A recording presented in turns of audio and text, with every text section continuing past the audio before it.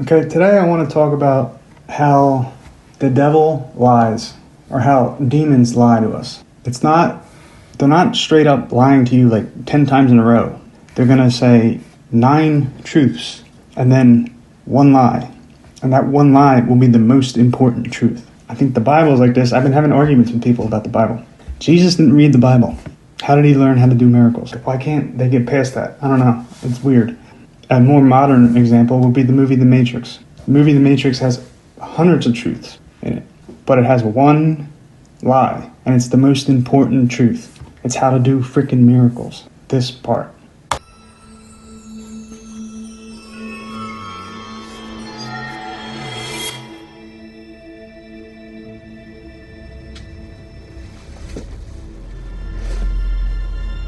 Do not try and bend the spoon. That's impossible. Instead, only try to realize the truth. What truth? There is no spoon. When he says there is no spoon, that's the lie.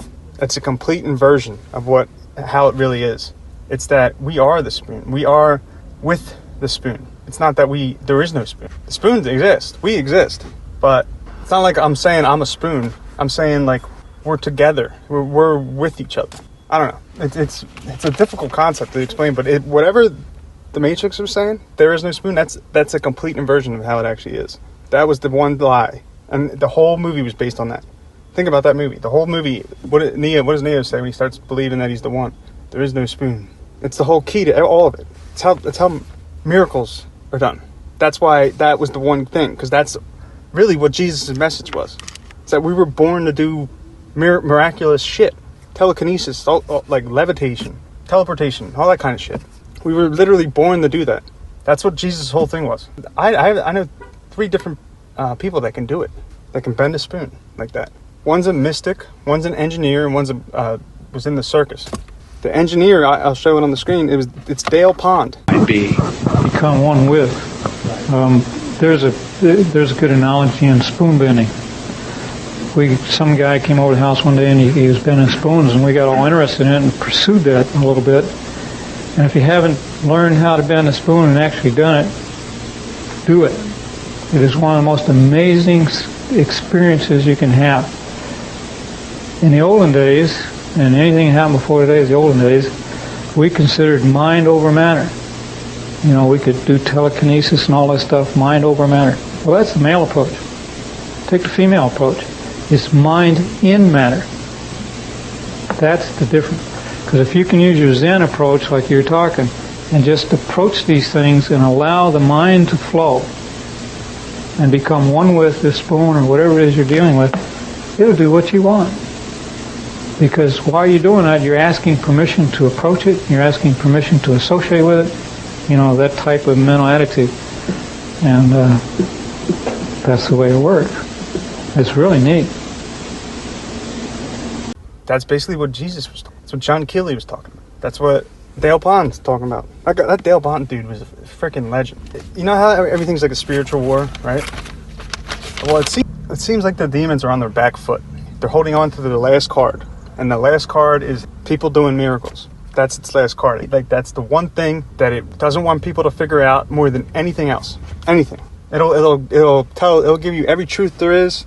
It'll tell you everything as long as you don't figure out how to do miracles. Again, I'm noticing that Christians are like the most brainwashed people alive. Or it's a demon controlling all of them. Like, they can't get past the book. They don't want to get past the book. Whatever the book says, that's what God says. God didn't write the fucking book. Jesus didn't read no book. They can't get past that. I don't understand it. That's like the key point. Jesus didn't write a book. We can do miracles. That's what Jesus was telling people. That was the whole freaking point. His parables are great and all. He has a lot of truths, but then they took out the parts about the miracles, how he was doing the miracles. They put in like mind control shit. I know everyone says people are NPCs or whatever, but it's like, it's a different feel to it. I don't know. Like they're humans for everything except when it comes to this, the miracle thing. They can't get past the book, or they can't get past some like belief system that they're stuck on. People say like negative thoughts are demons. Jerry Marzinski goes into that. I think there's something to it, but I'm starting to think that all thoughts are not you. We are not our thoughts. We can make thoughts. We can use thoughts. But what is a thought? Like, thought is your brain digesting intent. That's what a thought is. Because really, we don't have a voice. We're the silence. This one girl, she's walking in the woods or something, and she like... Hi, take your hand and put it in a fist. Do not open it, but tell it to open with your mind. Send thoughts this way that say open. Think about it. Your mind wants to open it, but don't open it. Ready, go. Open, open, open. Open hand. I want to open my hand. Now, you should be able to separate consciousness from thoughts. And which one had more power in that situation? aka has more power in every situation. So why would you not harness that body instead of this device that sends you meaningless information but doesn't manifest in the physical like the other one? Yeah, you don't move your body with thought, you move it with intent. That's what the Sword of Truth series says. But it explains its magic system exactly like that. Okay, what else here? The guy who can do telekinesis, Grandmaster Wolf or whatever, he explains it that he can do it. He does it by, like Dale Pond does it, where he goes within the object, with the object. And he... Oh, absolutely. Anyone can learn PSI abilities, psi abilities. In fact, everybody in the world already uses psychic abilities. The fact that you are spirit and you are mind, which is absolutely non-physical, and yet you can use that mind to create electrical impulses and move a physical body. This is just meat. You take you out of there and your body falls to bits, goes splat and rots into the earth, but you are in there stopping that. That's PSI. The fact that you can move your body with your mind means that you're already doing it. So the learning is actually in how are you doing that. Once you learn how you're moving your body, you can then extend that beyond and learn how to move other things beyond your body without having to touch it. As we've said before, you are already in all things.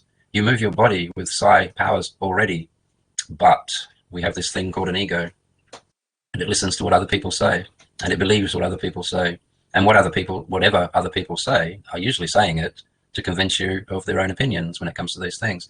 What I'm trying to get at here is you can learn how to wield the abilities of psychic abilities, but if you have negative, down-putting opinions and beliefs of other people in your head, it will stop it. If people say, no, that can't be done, don't waste your time, if you believe that, it's over for you. If people think you're weird and you shouldn't be looking into these things and you take that on board, that's the end of that for you. You have to follow your own light. Don't listen to other people. Don't allow your thoughts to get in the way, and watch how you are producing thoughts. That's manifestation. I'll give you a very quick example. If you want to do this with your finger, you start with an intent. What is an intent? Have a look at it. What is it? You're not going to see it. Why? Because it's invisible. Intention comes from spirit. It's something in your heart that wishes to be expressed. It's an intention, but it's invisible. So what do? Somehow you turn that invisible intent into a thought that you can see. How did you do that? That thought will then start to move, and through another short process will convince your brain to send an electrical impulse to a certain amount of muscles and tendons until this occurs. But to do this requires no thinking. So you can do this without thought. So what's happening there? That's telekinesis. That's PSI. And believe it or not, you do have to learn how to do that. You've already learned PSI. Watch a newborn baby sitting in a pram, sitting there very, very, very laid back and happy because it doesn't have any opinions on life yet. So the baby's there. The baby's hand goes past its face and the baby goes, oh, because it doesn't know what that was. It doesn't know this is it. Slowly, eventually, it tries to take control. It'll get an ice cream and go, ugh, ugh. It's trying. Over a very short period of time, it masters it. It has mastered PK over its own body. But we miss that. We don't watch that. We don't see that. And we don't look at that as a miracle. And of course, it is a miracle. There's this wonderful, divine, pristine, clean, beautiful being in there that is moving and controlling and taking more control of this chunk of meat that we call a body. How can you not see that as miraculous? How can you not see that as PK? Or shows. Gives an example of. So if you're observing things, then you should be indifferent to everything. You're indifferent to everything that happens. And indifference is like the key to it, I think. And one of the best examples I ever found on indifference is from the show Cowboy Bebop. It's just like a space cowboy show. It's actually really good. It's from the 90s. And in that show, the main character's name is Spike. He's a bounty hunter. It's like an intergalactic bounty hunter. And he goes around in his spaceship, like, I don't know, capturing dudes. And he's like he used to be like a super soldier, so he fights like Bruce Lee, basically. He moves like in flow a lot. And I think there's a level above that. There's like inflow movement, and then there's perfectly efficient movement where you don't waste any movement. It's just perfectly efficient. I don't know. So anyway, so Spike is like the strongest guy in the whole show, except for like one or two people. One was like a madman, like super soldier cyborg thing, and like another one was like the villain of the entire show. And randomly though, in episode 24, actually scratch that. Spike has a computer hacker on his team, on his bounty hunter team, and it's the kid. The kid's like, I don't know, 8 years old, 10. I don't know. It's like maybe like 10 or 12 years old. The kid. He's just amazing at hacking, and the kid he wants to find his dad. His dad left him when he was a kid, and he wants to find him. So he hacks the system and makes his dad's bounty like really high, so that Spike will go and try to find him. And so they go and find Ed's dad, and they try to arrest him. And Ed's dad's like, "Nah, you're not arresting me."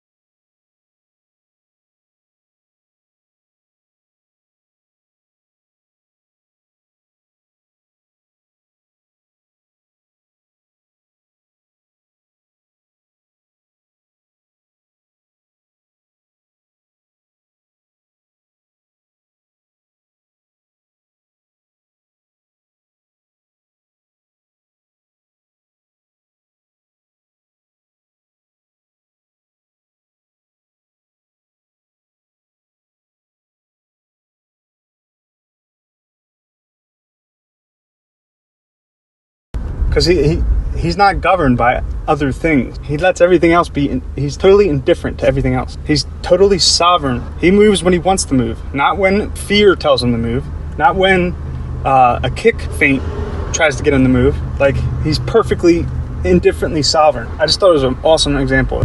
That's how Ernst Veter, another guy who can do telekinesis, I think, and can actually levitate too. He explains that it's one of the ways that he trained it is similar to Grandmaster Wolf, and to what that girl said about closing your hand. You have to figure out what is intent. How are you moving your body, and then extend it outside of your body. Because your thoughts aren't moving your body, your intent is, or whatever. Like the observer is moving the body. What you do at work is a meditation focus. Some of the most famous monks that have become grand masters of monasteries usually start off as a dishwasher. There's a very, very famous story, a true story, about a guy called Kashyapa, and he was a dishwasher in one of these monasteries. And all he did all day long was just wash the bowls, wash the dishes, wash the chopsticks. That's all he did. And for 5 years, he just watched the bubbles. He listened to the squeak of his fingers going over the bowls.